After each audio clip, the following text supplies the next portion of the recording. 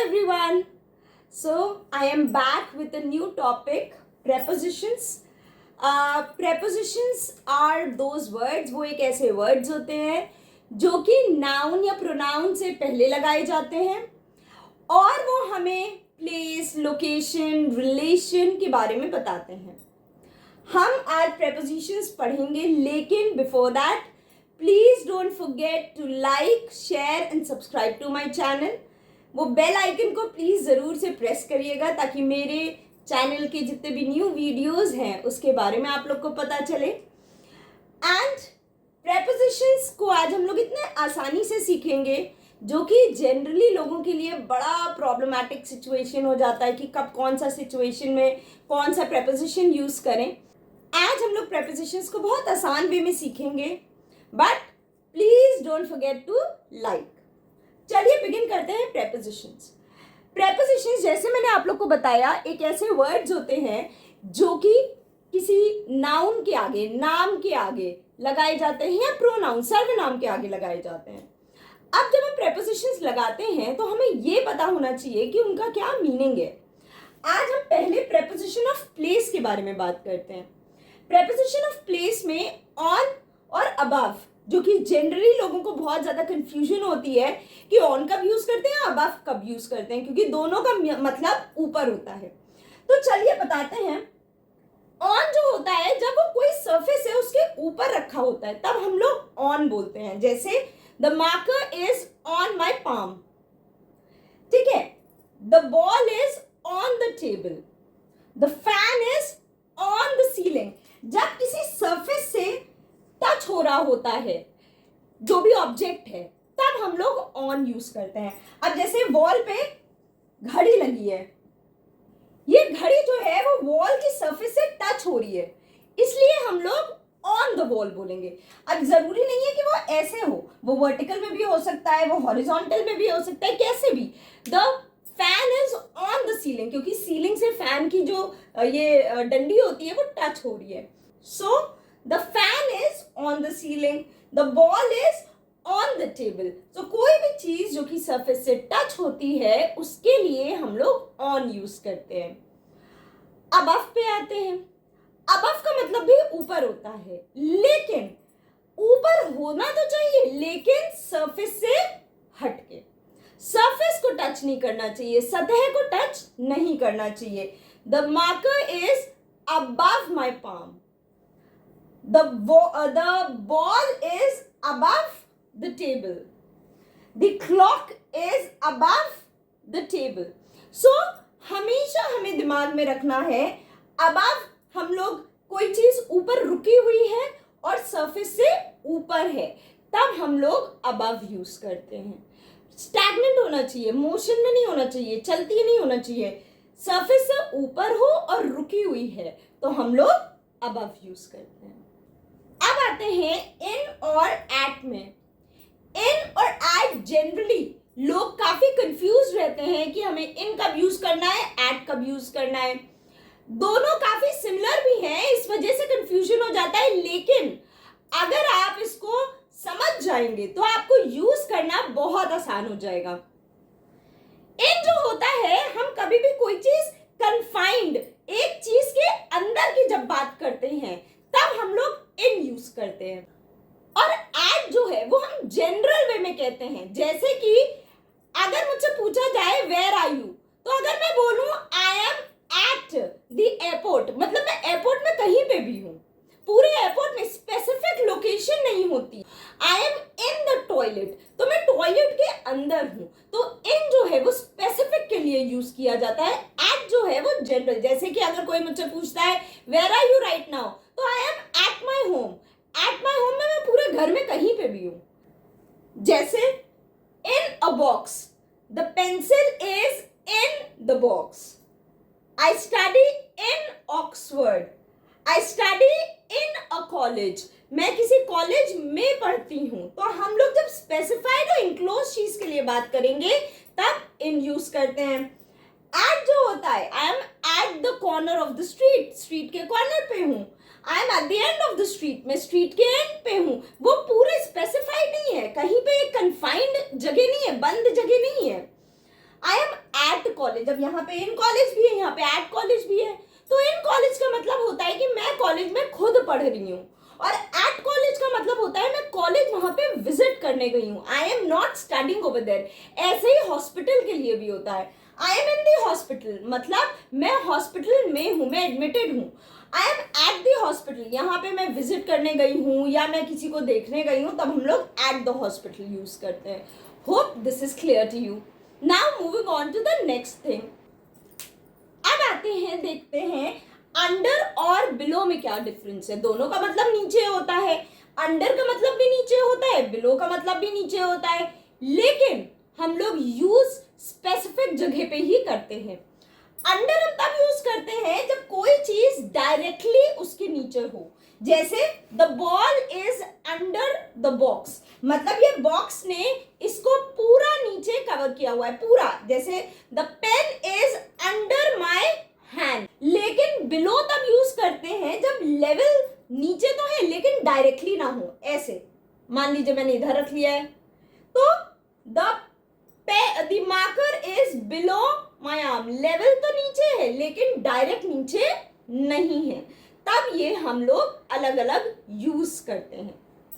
अब मान लीजिए मेरा डॉग जो है वो विंडो पे बैठा है और मैं नीचे बैठी हूं, तो मैं बोलूंगी I am below my dog, ठीक है। लेकिन अगर मेरा डॉग जो है वो मेरे ऊपर एक शेल्फ बनी हुई है उस पर बैठा हुआ है, तो मैं बोलूंगी I am under my dog. तो हमें ये देखना है कि अगर लेवल हमारे जस्ट ऊपर है तो वो अंडर होता है, और लेवल जो है वो ऊपर है लेकिन हमें कवर नहीं कर रहा है, ऑब्जेक्ट को कवर नहीं कर रहा है, तो बिलो होता है।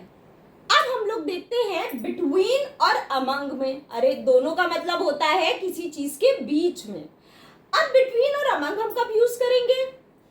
कोई बात नहीं, बहुत सिंपल है। बिटवीन कोई भी चीज हमें जब दो लोगों के बीच में देनी होती है तो हम उसको बिटवीन बोलते हैं। जैसे कि the ball is between the two box, या please distribute the sweet between the two sisters. तो दो सिस्टर हैं, उनके बीच में अगर हमें स्वीट्स डिस्ट्रीब्यूट करनी है तो हम बिटवीन लगाएंगे।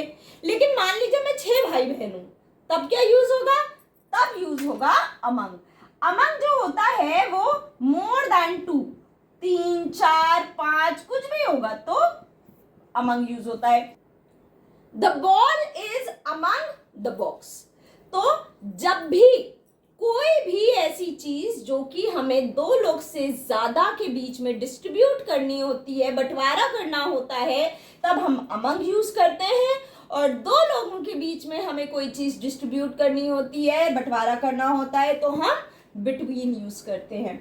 The property was divided between the two brothers. The property was divided among the 3 sisters. तो among 2 से जितने ज्यादा होंगे उसके लिए among यूज होगा, 2 के लिए between यूज होगा। अब आते हैं नियर और फार में। नियर का मतलब होता है कोई चीज हमारे पास है, जैसे कि the ball is near the box। ये बॉक्स है, बॉल हमारे पास में है, इस बॉक्स के पास में है, तो the ball is near the box. Far from, the ball is far from the box, दूर है। दूर जब कोई चीज होती है तो हम लोग फार यूज करते हैं, और जब कोई चीज पास होती है तो हम उसके लिए नियर यूज करते हैं। जैसे कि my house is near my school, मेरा घर मेरे स्कूल के पास है। My office is far from my house, मेरा ऑफिस मेरे घर से दूर है। तो नियर मतलब पास में, फार मतलब दूर। अब आते हैं इन फ्रंट ऑफ और बिहाइंड में। इन फ्रंट ऑफ का मतलब होता है सामने।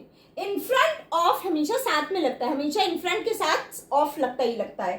तो जैसे ये बॉक्स है, इस बॉक्स के सामने ये बॉल पड़ी हुई है, तो the ball is in front of the box, box के सामने है। I found my keys in front of the door, door के सामने मुझे मेरी चाबी मिली।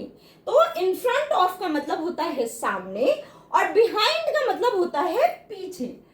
The ball is behind the box, box के पीछे होना, my house is behind a temple, एक टेम्पल है बड़ा सा, उसके पीछे मेरा घर है, तब हम लोग बिहाइंड बोलते हैं, पीछे, और इन फ्रंट ऑफ मतलब सामने। अभी तक हम लोग ने पढ़ा था प्रेपोजिशंस ऑफ प्लेस, जगह का। अब हम लोग पढ़ेंगे प्रेपोजिशन ऑफ मूवमेंट, गति का, जब चल रहा है। अक्रॉस और थ्रू। अक्रॉस हम लोग तब यूज करते हैं, मान लीजिए एक ये घर है, एक ये पार्क है, मैं इस पार से इस पार जा रही हूं, तो ये पूरा अक्रॉस हो जाएगा। I went across the park, मैं पार्क के इधर गई, दूसरी छोर पे गई, उस पार गई, तब हमने अक्रॉस लगाया। अब मान लीजिए यहाँ पे एक रिवर बह रही है और मुझे इस पार से रिवर के इस पार जाना है, तो I went across the river, हम रिवर के इस पार से उस पार गए, तो अक्रॉस यूज होता है। थ्रू भी मतलब वही होता है, इस पार से उस पार, लेकिन थ्रू हम लोग एनक्लोज्ड स्पेस के लिए यूज करते हैं। थ्रू हम लोग तब यूज करते हैं जब दो चीज एनक्लोज्ड है और उसके बीच से कोई चीज जा रही है, जैसे कि एक बर्ड है और यहाँ पे विंडो है, अब वो बर्ड इस विंडो के बीच से जा रही है, तो हम क्या लिखेंगे, या बॉल है जो कि विंडो के थ्रू हम फेंक रहे हैं, तो क्या जाएगा, I threw the ball through the window, मैंने विंडो के थ्रू बॉल फेंकी। या the train went through the tunnel, tunnel के थ्रू, क्योंकि टनल इंक्लोज्ड है, बंद है, उसके बीच से जब ट्रेन जा रही है तो थ्रू लगता है। एक और एग्जाम्पल हम दे सकते हैं, I went through the Atal tunnel to visit Shimla, तो टनल है उसके थ्रू मेरी कार गई, क्योंकि वो टनल इनक्लोज्ड है, बंद है, उसके बीच से मेरी कार जा रही है, तो हम लोग थ्रू लगाएंगे। अब मूव करते हैं नए पे, अलोंग और अराउंड। अलोंग का मतलब होता है, हम मान लीजिए ये रोड है, हम उसके साइड बाय साइड चल रहे हैं, तो we are walking along the road, side by side चलना, along the road, I am walking along the seashore, seashore के साइड पे साइड हम चल रहे हैं। और around का मतलब होता है पूरे में यूं यूं टहलना। फॉर एग्जाम्पल यहाँ पे एक लेक है और हम उसके अराउंड मूव कर रहे हैं, so I am walking around the lake. तो किसी भी चीज के इर्द गिर्द घूमने के लिए अराउंड बोलते हैं, और किसी भी चीज के साइड बाय साइड चलने के लिए हम लोग along बोलते हैं। फॉर एग्जाम्पल यहाँ का हम लेते हैं एक, the dog was moving along the highway, अब हाईवे के अलॉन्ग वो कुत्ता इधर इधर चलता जा रहा था। अब आते हैं इनटू और आउट ऑफ में। इनटू का मतलब होता है कोई भी मूवमेंट हो रहा है और किसी चीज के अंदर जा रहे हैं, जैसे कि the boy came into the room, एक कमरा है उसमें लड़का भागते हुए अंदर आ रहा है, तो मूवमेंट हो रहा है, तो the boy came into the room. अब वो लड़का जो है वो भागते हुए जब अंदर आ रहा है तो वो इनटू यूज होगा। और आउट ऑफ का मतलब है बाहर निकलना, the boy ran out of the room, room से भागते हुए बाहर जा रहा है या निकल के जा रहा है, तब हम लोग आउट ऑफ यूज करते हैं। अब आप लोग कहोगे इन और इनटू में लोग बहुत कंफ्यूज होते हैं, इन और इनटू में। इन जब होता है कोई भी चीज रुकी हुई है, स्टैग्नेंट है, तब हम लोग इन यूज करते हैं, जैसे I am sitting in my class, मैं क्लास में ऑलरेडी बैठी हूँ, तो मैं इन यूज करूंगी क्योंकि मैं एक इनक्लोज्ड स्पेस में बैठी हुई हूँ। The boy ran into the class, दौड़ते हुए आ रहा है, मूवमेंट हो रहा है, तब हम लोग इनटू यूज करते हैं। तो ये भी पॉइंट आपका क्लियर हो गया इन और इनटू में। अब हम लोग देखते हैं अप और डाउन। अप का मतलब होता है ऊपर जाना और डाउन का मतलब होता है नीचे आना। For example I am going up the stairs, मैं स्टेयर्स से ऊपर जा रहा हूँ। I am coming down the stairs, मैं स्टेयर्स से नीचे आ रहा हूँ। तो अब हम लोग ऊपर जाने के लिए यूज करते हैं और डाउन हम नीचे आने के लिए यूज करते हैं। अब आते हैं ओवर और अंडर में। ओवर जब होता है जब हम कोई चीज ऊपर से एक छोर से दूसरे छोर जा रहे हैं, मूवमेंट हो रहा है, तब हम ओवर लिखते हैं। For example the ball was throne over the table, table से एक पार से दूसरे पार गई। या the thief jumped over the wall, wall को फांदा, मूवमेंट हो रही है, अबव या ऑन हम लोग जब यूज कर रहे थे तो वो स्टैग्नेंट पोजीशन था, रुका हुआ था। अभी क्या है, मूवमेंट हो रहा है। वो देखिए यहाँ पे इधर से उधर तक जा रहे हैं और मूवमेंट हो रहा है। ऐसे अंडर में भी मूवमेंट हो रहा है। The ball was throne under the table, वहां पे टेबल के नीचे जा रही है और वहां पे मूवमेंट हो रहा है। The boy crawled under the table, table में नीचे क्रॉल करके गया। तो ओवर और अंडर जो है, ओवर मतलब ऊपर मूवमेंट हो रहा है, अंडर मतलब नीचे मूवमेंट हो रहा है।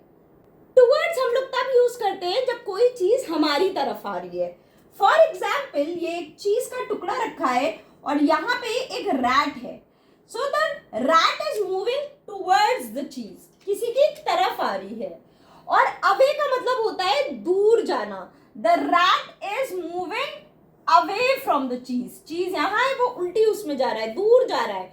So the rat is moving towards the चीज, जब पास में आ रहा है। My friend is coming towards me, मेरी तरफ आ रहा है। अवे हम किसी से जब दूर जाते हैं तब अवे यूज होता है, और जब पास आते हैं तब टुवर्ड्स यूज होता है। जाते जाते आप लोग को बस एक छोटा सा ट्रिक बताना चाहेंगे। हम जब भी कार या टैक्सी में बैठते हैं तब हम उसके लिए इन यूज करते हैं।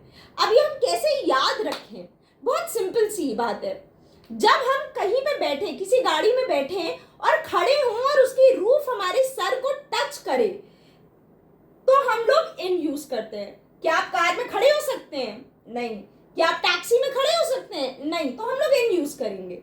और जब आप किसी गाड़ी में बैठे और आप खड़े आसानी से हो सके कि आपका जो रूफ है, गाड़ी की जो रूफ है वो आपके सर को टच ना करे, तब हम लोग ऑन यूज करते हैं। फॉर एग्जाम्पल, बस, I am on the bus, I am on the train, I am on the plane. अब आप लोग से मेरी एक सिंपल सी रिक्वेस्ट है कि जिन लोगों ने मेरे चैनल को सब्सक्राइब नहीं किया है तो please do subscribe the channel, and आप अपने फ्रेंड से, अपने फैमिली मेंबर से प्लीज इसको शेयर करें और जितना हो सके उसको लाइक करें। Thank you so much, bye bye.